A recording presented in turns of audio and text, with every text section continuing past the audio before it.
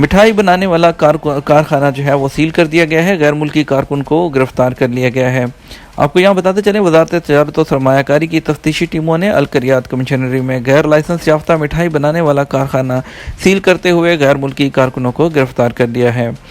مٹھائی ساز کا جو غیر قانونی کارخانہ رہائشی مکان میں قائم کیا گیا تھا۔ وزارت تجارت و سرمایہ کاری نے ٹویٹر اکاؤنٹ پر غیر قانونی مٹھائی بنانے والے کارکن کے حوالے سے بتایا کہ ملزمان حفظان صحت کے اصولوں کی خلاف ورزی کرتے ہوئے انتہائی غیر مناسب انداز میں مٹھائی بنا رہے تھے۔ اگلی خبر شامل کریں گے، تمباکو اور سگریٹ کی سمگلنگ کیوں بڑھ گئی؟ سرحدی سیکیورٹی فورس نے الدائر میں 7 ملین ریال کا غیر قانونی تمباکو اور سگریٹ کی سمگلنگ کی کوشش ناکام بنا دی ہے۔ سعودی حکام نے تمباکو پر کسٹم ڈیوٹی میں اضافہ کیا ہے۔ تمباکو کی سمگلنگ کا سلسلہ بڑھ گیا ہے۔ اس میں مقامی شہریوں کے ساتھ مقیم غیر ملکی بھی اس میں ملوث ہو رہے ہیں۔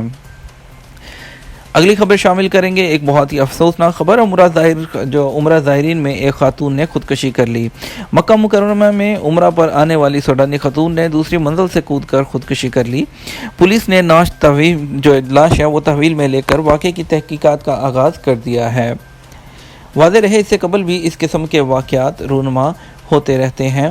حرم مکی میں خودکشی کے رجحانات کے سدباب کے لیے انتظامیہ نے حرم کی بالائی منزلوں پر بلند ریلنگ لگا دی تھی تاکہ اس قسم کے رجحان کی روک تھام کی جا سکے۔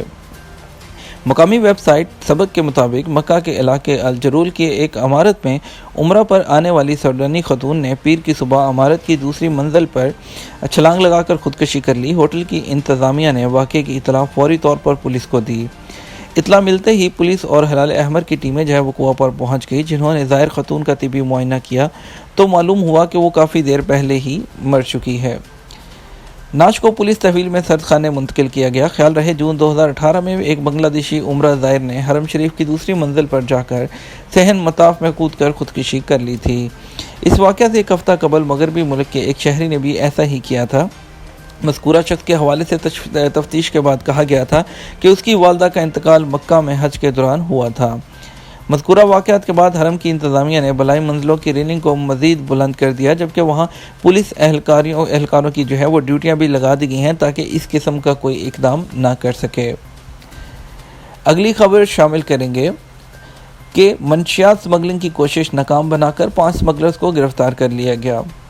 ڈائریکٹر جنرل نارکوٹکس کنٹرول کے ترجمان کیپٹن محمد النجیدی کا کہنا ہے کہ محکمہ کے اہلکاروں نے بڑی مقدار میں نشہ آور گولیاں سمگل کرنے کی کوشش ناکام بناتے ہوئے سمگلروں کو گرفتار کر لیا۔ سعودی خبررساں ایجنسی SPA نے محکمہ انسداد منشیات کے ترجمان کے حوالے سے بتایا ہے کہ محکمہ کے اہلکاروں نے مملکت میں نشہ آور گولیاں سمگل کرنے کی کوشش ناکام بنا دی۔ نشہ آور گولیاں انتہائی مہارت سے پاؤڈر گلو کے تھیلوں میں چھپائی گئی تھیں۔ نارکوٹکس کنٹرول کے ترجمان کا مزید کہنا تھا کہ محکمہ کے اہلکاروں نے انتہائی مہارت سے منشیات سمگلنگ کی کوشش کو ناکام بنا دیا۔ کیپٹن النجیدی نے مزید بتایا کہ سمگلنگ کے الزام میں گرفتار 5 افراد میں 1 سعودی، 2 شامی اور 2 کا تعلق بے گھر قبائل سے ہے۔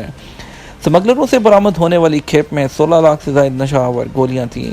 تمام گرفتار ملزمان پر مقدمہ درج کر کے متعلقہ ادارے کے سپرد کر دیا گیا، جہاں ان سے مزید تحقیقات جاری ہیں۔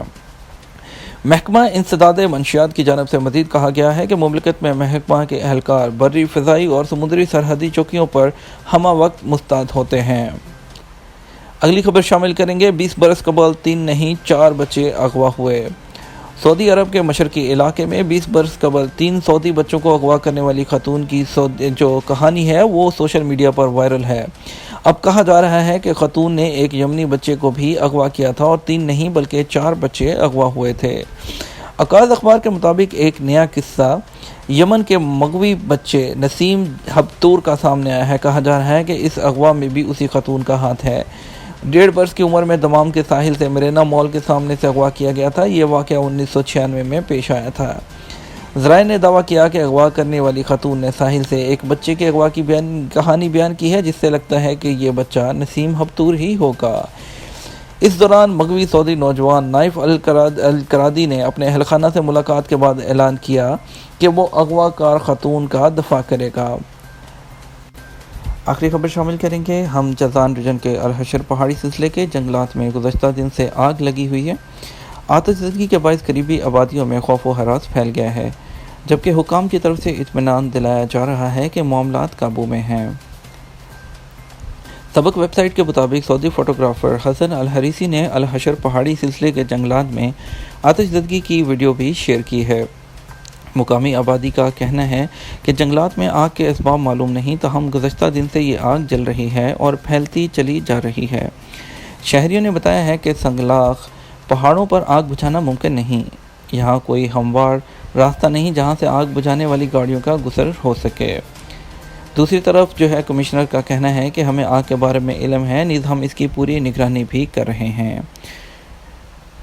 اس کے ساتھ ہمیں اجازت دیجیے، ملیں گے کل اور ایک نئے نیوز بلیٹن میں، تب تک اپنا خیال رکھیے گا۔ السلام علیکم ورحمۃ اللہ وبرکاتہ۔